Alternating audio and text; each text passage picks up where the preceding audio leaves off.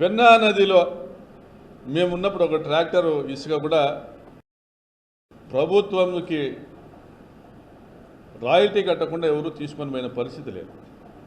మరి ఈరోజు దాదాపుగా 2 సంవత్సరాల పాటు రోజుకు 500 ట్రాక్టర్లు, దాదాపు 500 కోట్ల రూపాయల విలువ చేసేటువంటి ఇసుకను దోపిడీ చేశారు.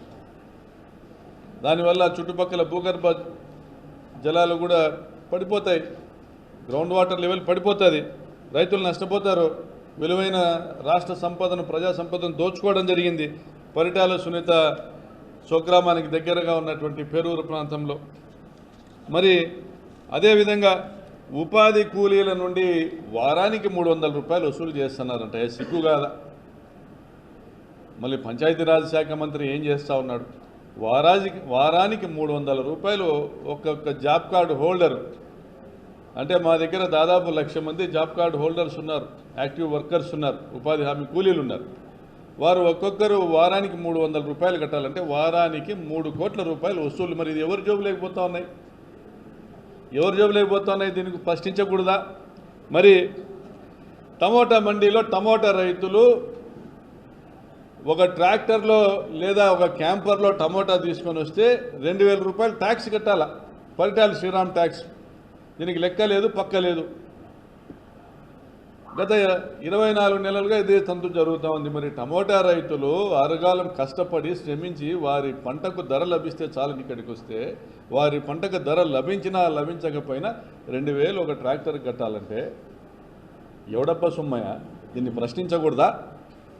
మరి చీప్ లిక్కరు కర్ణాటక నుంచో గోవా నుంచో ఇక్కడ చీప్ లిక్కర్ని తీసుకొని రావడం, అమ్మడం అనేది పట్టుకోవడం జరిగింది, కేసులు కూడా అయినాయి. దానివల్ల రాష్ట్ర అబ్కారీ శాఖకు ఆదాయం తగ్గింది, తాగే వాళ్ళు ఎక్కువైనారు, బెల్ట్ షాపులు పెరిగిపోయినాయి, విచ్చలవిడిగా అమ్మకాలు పెరిగిపోయినాయి, కానీ ఆదాయం తగ్గింది.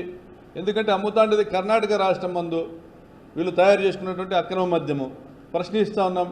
ప్రజల ఆరోగ్యాలు చెడిపోయినాయి. ఒక ఆత్మకూరు మండలంలోనే 5-6 మంది చనిపోయినారనేసి వార్తలు ఉన్నాయి ఈ చీప్ లిక్కర్ తాగి.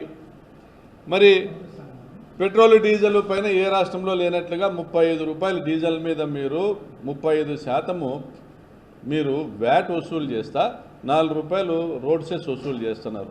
ఇది చాలదని ఈ ఆదాయం కూడా మీకు రాకోకుండా, ప్రభుత్వానికి రాకుండా, పక్క రాష్ట్రం కర్ణాటక నుంచి ఒక 10 రూపాయలు తక్కువకు అక్కడ దొరుకుతుంది కాబట్టి డీజిల్ తీసుకొచ్చి ఇక్కడ అమ్ముకుంటా ఉన్నారు.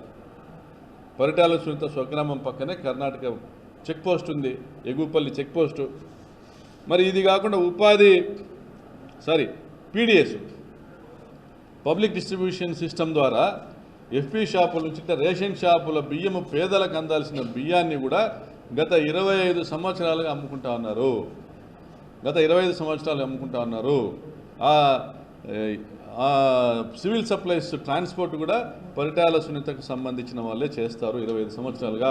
ఇక్కడ ఇదే బియ్యము అమ్ముకోవడంలో అనంతపురం శాసనసభ్యులకు, రాప్తాడు శాసనసభ్యులకు మధ్య వివాదం కూడా జరిగింది. దానికి సంబంధించి ఆడియో కూడా వైరల్ అయింది. మరి ఇటువంటి దుర్మార్గాలు ఈ ప్రాంతంలో ఉంటే దీన్ని ప్రశ్నిస్తూ ఉన్నాం. మరి మా అనంతపురం రూరల్ మండలానికి సంబంధించి పాపంపేట ప్రాంతంలో దాదాపుగా 17 ఎకరాలు కాలనీలు, ఇప్పటికే కాలనీల నిర్మాణం 50-60 ఏళ్లుగా నివసిస్తున్నటువంటి కాలనీలను 17 ఎకరాలను పాత స్తోత్రయందారులతో 1949కి సంబంధించిన 1952కి సంబంధించిన డాక్యుమెంట్ పెట్టుకొని రిజిస్ట్రేషన్ చేసుకున్నారు. డబ్బులు ల్యాండ్ నుండి వచ్చినాయో తెలుసా?